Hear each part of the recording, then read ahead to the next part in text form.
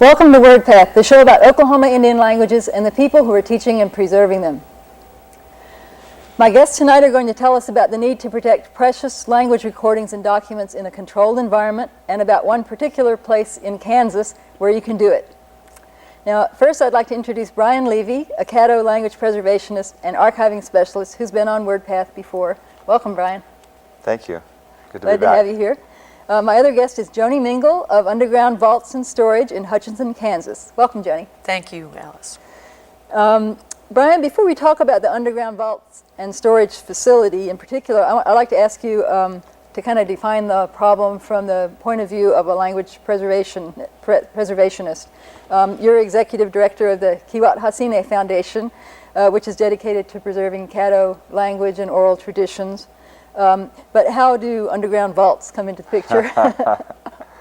Well, basically, as you know, the basic plan A has always been to pass the languages on living. And if we could be sure of that, there'd be no point in underground vaults or making recordings. But as you know, many of the languages of Oklahoma are down to very few speakers, and we feel, I think every language program has started doing a lot of recording.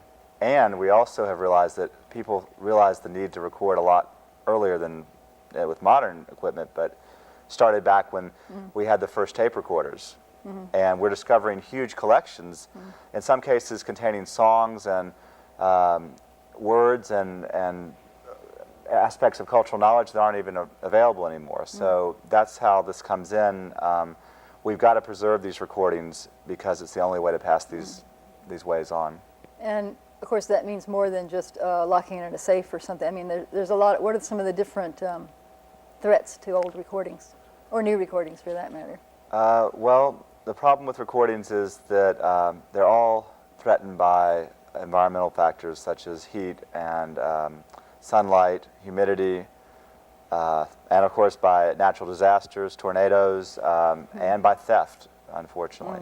There's all those dangers, and so it's very, very important to make modern copies of older recordings, which have already been in processes of decay for, in some cases, 40 years, update them to the best technology available, which is we're using digital. And I've been on the show before and talked about CDRs, and we record digital audio, but you need to update your old recordings, and you need to store your old recordings in the most optimal environment possible, and that's where the underground vaults and storage. That's where underground vaults and storage comes in. So, Joni, can you just sort of describe for us generally the facility, and what is this facility in Hutchinson, Kansas? Yes, our records management and storage facility in Hutchinson is 650 feet below ground, which is 54 stories down in common terms. Because of the depth of it, of course, protects it from most natural disasters and man-made disasters. But the facility itself provides a natural environment that also helps preserve and protect material. Like the temperature is 68 degrees and 40% humidity, which is also the ANSI standards for the storage of most information. ANSI is the American National Standards Institute. So this natural environment does not fluctuate, which helps material to remain constant, and that is usually what causes most items to begin deteriorating, is that fluctuation in the environment. So our facility can provide not only the depth of the protection from most disasters, but also put it in an environment where we can slow down any deterioration processes that are going on. Our facility underground currently spans about 28 acres, and of course we're always in expansion of the facility. I can point to a picture that we have of a layout of our facility, and you might be able to see that here. Over to the storage complex, the layout of that complex. Yes, you can see it there. And you can see the what look like small green bars in the These here? yes, in the facility, and those are actually what we call storage bays. And each one of those bays, to give you an idea of the size of the facility, is equal to about a football field, or holds about 45,000 cubic feet of material. So it's a very large facility. We've been in existence since 1959, and of course 42 years later we are storing for businesses and organizations in every state and several foreign countries also, and helping them to preserve and secure those the valuable information. What kind of customers do you have? It's probably not mostly language preservationists, is it? Well, not many, no, but we do have many customers. Of course, one of our largest industries is the movie film industry, and we're very proud of that. We store a lot of the classics that we all are aware, can remember, and many newer films, of course, too. We have our own fleet of trucks and vehicles that go across the nation that actually picks up the movie film and brings it directly back to our facility, so that the movie film is always kept in a constant environment. So, but also we do a lot of storage for oil and gas industries and many other industries, just about anyone that's collecting information to want to keep that preserved. And it is, I think you mentioned, but it is an actual salt mine, or it was a salt mine. Yes, it is an actual salt mine. How does that work exactly? It's an active salt mine, and they're still mining. They mine, about a mile and a half. That's probably pretty close to about from where we are. Currently, they've mined out several hundred acres, and we only use 28 right now, so we have plenty of space to develop into. To give you an idea of what the mining looks like, is here's a piece of salt that has come from what we call the face of the mine, or where they're actually mining. And you might be able to see that. It's very pure. They try to get the most purest form. Is this like table salt? Or no. This is your rock salt. And rock salt is a very interesting mineral because it's the next hardest mineral to granite. And so that also makes our facility very secure and stable, because it's not like a mineral that could be deteriorating rapidly on you or causing any type of damage to the facility. Oh, interesting. Now, actually, we have a picture too that sort of shows the salt in place. Yes, this next picture is a picture of an actual, what we call a corridor, of one of the areas in the mine. And this is just a part of a corridor, but kind of gives you a shot of what this looks like after we've developed it and what our storage areas look like. You can see they're very bright and clean in the picture. And so it's going to take them a minute to get the picture, I think. Yeah, but the geological setting is that there is this enormous volume of, it was solid rock salt in the ground, and these are tunnels that have been dug into it. Right, that's been mined out. So everything, floor, ceiling, and walls are basically salt all around you. Exactly, yeah. You can see it's very bright. We, of course, do paint it. It helps with the lighting and the brightness. It's aesthetically pleasing. We pour in flooring because, of course, the miners don't leave the floor real level for us. And the floor is called saltcrete, which is a salt-based concrete instead of sand, because of course we have a lot of salt to be able to use. Might as well use the resources at hand. Exactly. And because we only have one way in and out with the mine shaft, we want to use as many resources as we can in the mine. Right, right.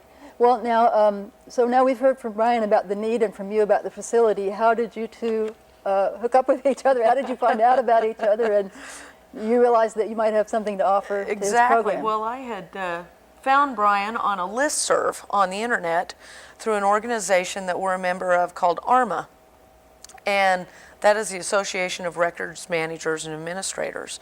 And basically, Brian had posted that he was looking for a way to preserve this material or keep it in better conditions. And so I sent him an email, and we started talking. Yes, I've been, a lot of what I've learned about archiving, I've learned through the internet. There are these list servers where you send an email to it, and it gets sent out to thousands of people, conceivably.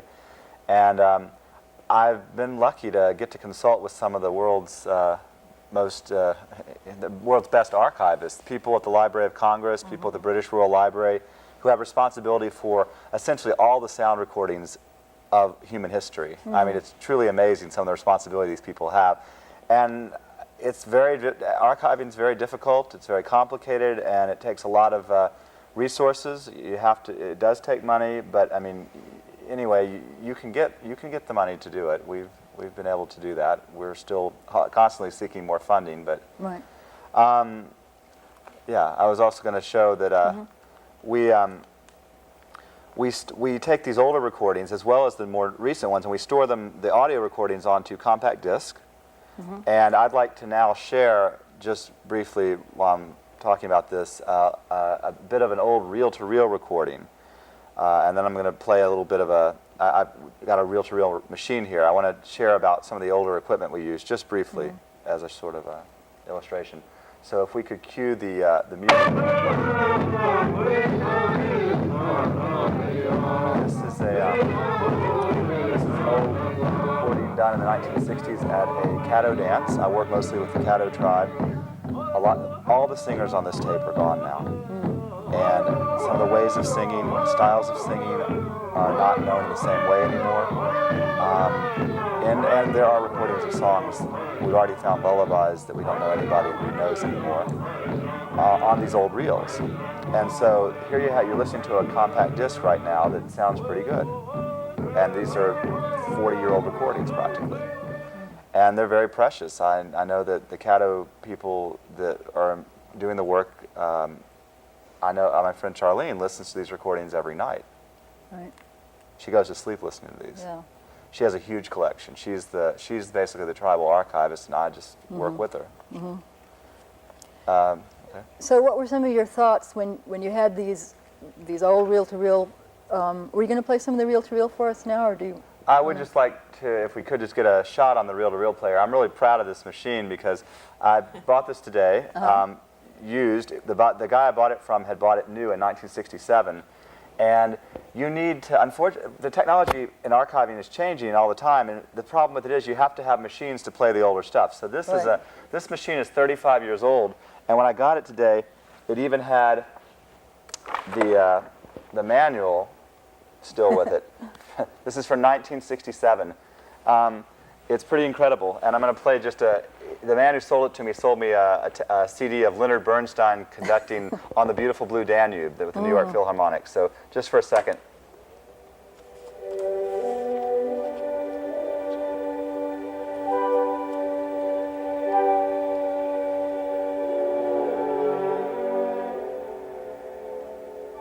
Anyway, it's an amazing piece of machinery. Technology is so different from CD burners and DVD burners, but you absolutely have to have this kind of equipment to do this kind of work. And we have enormous collections, I know, with the Caddo tribe. We already know of like probably 500 hours that we know of already of old reel-to-reels that need to be transferred. And they're being stored in garages sometimes, or they're not, people don't realize, unfortunately, it's not widely known what the conditions are. And I've learned so much over the past 3 years, more than I ever really wanted to know about this kind of stuff. It's very difficult. So this brings up a several-pronged approach. You have to be able to preserve the old tapes. You need to be able to have the right equipment to transfer those recordings to modern formats. And you need to preserve the modern stuff too, your CDs, like you were showing before. So all of these kind of things are stored in the underground vaults and storage? Yes, we don't actually have our originals, to use the technical archiving term for the original recording. Those are called originals, and then you can take originals and make masters, but masters are just like ones that you use to make new copies from. First First-generation copy. Maybe you edit it some. We don't have our originals. We have our masters stored there. Or we actually don't even have our masters. We have copies of our masters because we made CDRs, compact discs, and the good thing about CDRs, different from analog recordings, is that every copy is identical to the original. There's you don't lose anything between generations. So your main concern is to have one excellent copy of everything there, yes, where you feel it's absolutely safe. That's right. Of course, a lot of the originals belong to individuals, and they remain in their care, probably. Yes, but individuals could also consider using underground vaults and storage as services. It certainly was convenient that our nonprofit, Kiwat Hasinay, that has taken on the responsibility of creating a tribal archive with a comprehensive archive with every recording ever made is our goal. That we got one very good copy of everything on digital compact disc down in that mine. Yeah. So you must have been pretty excited when you heard from Joni that they had this salt mine in Kansas that might be able to help you out. What was your first reaction? And my first reaction was I was still so new to archiving, and I was so surprised by her email because that someone from a salt mine was seeking me out and offering me their services. And at first I didn't know what to make of it, but then as I learned more, it made more and more sense. And then it was just a matter of finally getting around. It took me a long time to be able to make enough copies of the original and new recordings to even have a copy to put down there. Right, right. And I've talked on another And of course, that's an ongoing process, which you've told us some about before. But Joni, you have actually, aren't there has research been done to show exactly how much this kind of storage environment can extend the life of these different media? There has been some research done, and right now we're finding that it's about 3 to 1, meaning that we can extend the life or preserve that material. Once it's started deteriorating, you can't stop it in any way. But we can slow that way down, and we found it's about a 3 to 1 ratio of what we can slow that down to. And in most cases, just like Brian was speaking about going from the reel to reel and going to CD, probably in just a few years there'll be a newer format that they'll switch to yet. So keeping those originals in a good condition will be very important. Yeah. Well, Brian and I got to have a fun trip last fall, actually. Once the Kiwat Hasinay Foundation, of which I'm a board member, so we work together sometimes on these CADO materials. Once they had decided that they wanted to put some stuff in salt mine at the underground vaults and storage, somebody had to take them up there. So Brian and I had a nice little outing and drove up to Wichita, where we met you at your office, Joni, and you took us on up to the mine, and it was kind of a bonus of the whole process. We were both delighted to have found a good storage facility, but then we got this kind of ride into the mine shaft that we didn't really, I hadn't known exactly what to expect, but it was quite interesting. What was the name of that gizmo you have to wear when you go into the mine, the safety equipment? Because you had to put on hard hats, Drager. right? Yeah, Drager. it's a Drager, and we also, we have several names for it, but And of course, if you want to deposit stuff there, you don't have to go through all that and go down and physically enter the mine if you don't want to at all. But I thought it was a great plus to be able to, you gave us a bit of a tour of the facilities and explain some of the history, and just to be in one of those shafts like you showed us in the picture and just have the salt all around you. It's just a pretty unique experience that I'd never particularly expected to have in my lifetime. Yes, not many people actually do get to experience that. And actually, when Brian and you and I went down on the elevator, there's just basically that one way in and out. We shared it with some miners who were going down to work in their area at the time, so it was just pretty interesting. Yes, we can take customers down in prospects, but it's not available for public tours. Right. And so, Right. so this is basically for security reasons, but security reasons also. We have to go by MSHA, which is Mine Safety and Hazard, and we have special circumstances that we have to meet for them, and we have a pristine record with them, so we want to keep it that way. Of course, yeah. It was really an interesting opportunity to see part of the world most people don't get to see. Sure.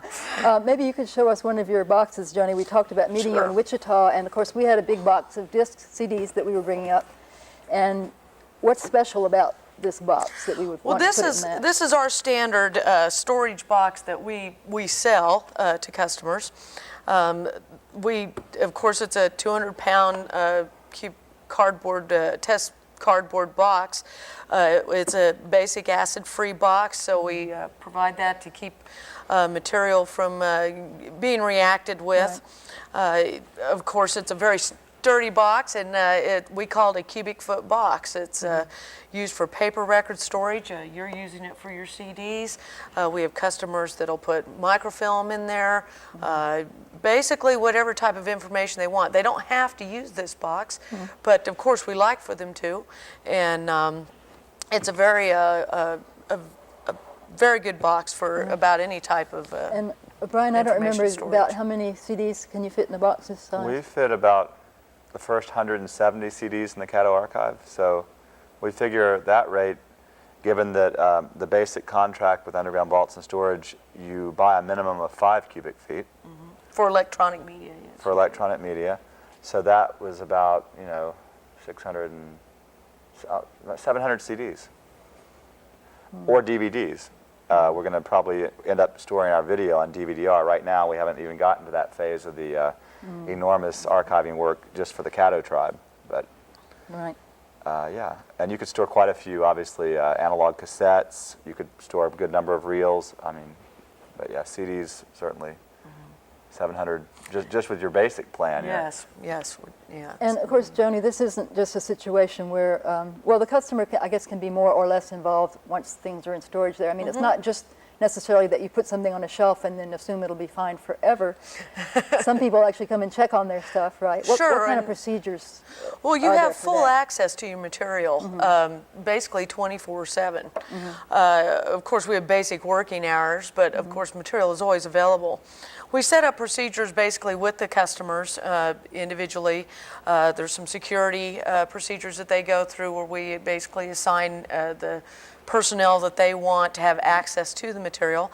And of course, we have a full records management staff on hand to provide any type of records management service that that customer may need. Maybe they just want an item pulled and sent back to them. We can certainly do that, and we electronically track the material so we know who has it and where it's gone. So you can have people, for instance, check the condition of some of the old films that are stored Sure, there. yeah. If the film companies want you to. In a case like Kiwat Hasinay Foundation, don't you think, Brian, it's probably more likely that we might come up with test equipment at some point in the future, want to pull some things out, make sure that they're keeping as well as we expect them to. Ideally, yes, we want to bring a CD analyzer down at such point as we can afford one. Those cost several $1,000s. And actually randomly test our CDs. It would take a long time to test even the current 170, Right. much less what we hope We'd to have be to camp 1,000. out in that salt mine for a long Yeah, time. we'd be down at salt mine. That'd be time for your joke about back to the salt mine. Yeah, well, I was telling Joni, I guess after the 4th of July weekend when you went back to work, you really were going back to the salt mine. That's right. And I guess we may go back to the salt mine. I too, hope Brian. to, yeah. Yeah, it was quite an interesting trip. Well, what have we not covered yet? Let me see. Well, we do have viewing areas available. Okay. So that when Brian and yourself come down, you don't necessarily have to, of course, we'll pull the material for you. We don't allow customers just into the storage areas pulling their own material. Right. But we have viewing rooms that are available that have, basic things you'll need to view any type of media. You have phones. We have full access of computers, fax machines, copy machines, of course, tables and chairs, and the environment's very comfortable for you to view your records, and anyone can do that. They just have to schedule that ahead of time and go through the standard security procedures that we have. So, Brian, so far it looks good as a partial solution to the Caddo archiving problem, right? Yes. Would you recommend it to other tribes, or do you have any pros and cons you want to mention, or any? I don't see any cons to it. I think Yeah. I've already recommended it to the Yuchi tribe that I'm consulting with now, and they think it's a great idea, and we'll probably go with that. I think, given where we are in the archiving strategy now, you want to get the ability to make a lot of copies of CDs for your audio, and they make something like that for DVDs. But recordable DVDs are still in their infancy relative to even CDRs, and so. But yeah, with a CD copier, you can make 3 copies at once at very high speed, and at that rate, you can even replicate a huge archive, make a complete copy of everything, and make that your underground vaults and storage copy. And another copy you're going to want to store at the tribe, obviously, I think, and another copy maybe in some place in Oklahoma, elsewhere, like the Historical Society. Yeah, so of course that's, for people that might not have seen our former discussion of archiving, that's one of the basic principles of archiving, is that you never want to put all your eggs in one basket. No matter how good the basket is, you want to have different copies of things in different places, probably. So there's all kinds of whiz-bang, fancy technological ways of doing that these days, with digital media especially. I would like to point out that I find it rather morose to talk about archiving. Ultimately, it's kind of a sad, sort of a sad way to be looking at these still living languages and living traditions, and yet I don't know of any tribe that's not doing it on some way. And if you're going to do it at all, then it's, I think, worth looking into really doing it optimally, the best you can. But, most of your shows have been about, mostly approaches to try to teach the languages, keep these languages alive. That's the gold. But I mean, the goal and the gold. But speaking of mines, but but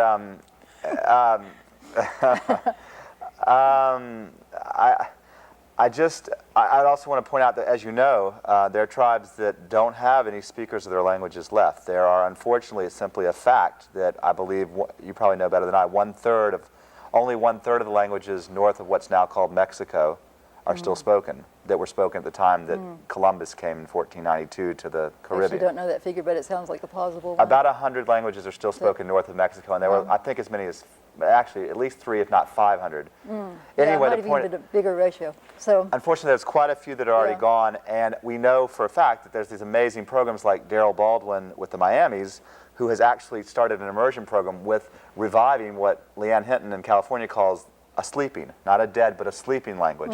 And if you didn't have recordings, and if you didn't have as extensive documentation of every aspect of your language, songs, and other traditions, you would not be able to revive them. It's like a way to cheat death. It's a way to use Western technology to kind of undo some of the wrongs of Western, that was brought on by Europe and the West. So in a way, there's a sort of a sad beauty to it. yeah. Well, of course, years ago, I think when you and I first started talking about archiving issues, we had this idea of a plan A and a plan B. Plan A is to keep the language alive as a living language. People speak it in their homes. They use it in their lives. Plan B was, well, if that doesn't work, at least we would like to have tapes and different kinds of recordings and documentation so that people can see what the language once was. But they really, I think you and I both come to appreciate that it's not really an either-or thing so much. You really need to be doing both things at the same time, because if you run out of speakers before you do your plan B, there's no one left to record. And there are also these other old recordings that have already been made that need to be protected before they're lost. But also, I mean, you started this part of the discussion by saying it seems kind of morose sometimes to talk about this so-called plan B or the archiving aspect. But really, I think there's a hopeful side to it too, which is that sort of like what Mr. Baldwin has done, he's taken something that you might think of as archival, old documents and articles and recordings, I think too. Yes. And he's trying to resurrect something, so it's a learning tool. There's a sort of positive side to that too. I think that whatever stage of loss your language is in, recordings can help students. Yes. They give them voices to listen to that are no longer with us in the flesh, but they can still benefit from the teaching of some of the elders that have already passed on. Yes. While still trying to keep their language alive. So it's not that you only do this when you give up on keeping the language alive, but this is a way of helping with language classes and materials and instruction as well. Yes, like Richard Grounds points out, our Yuchi friend, and elders might get tired of repeating, especially for older learners who aren't learning through immersion. Now, if kids learning through immersion will simply pick the language up, and as we know, that's the way to go. I know you've had shows about that before, and we preached the gospel of immersion, master apprentice. That is the best hope. But other methods are Other methods are appropriate too for older learners. Unfortunately, Brian, they're giving me all kinds of signals that we're out of time. It goes so quickly, doesn't it? Yeah. But anyway, so it's not just something to do if you can't save your language. It's also a way of helping you save your language. Absolutely. Yeah. Well, I want to thank you both for being here tonight and for sharing your expertise with us and for making the trip down here from Kansas and from Tulsa. Thank you very much, and I'll see you next time on Wordpath.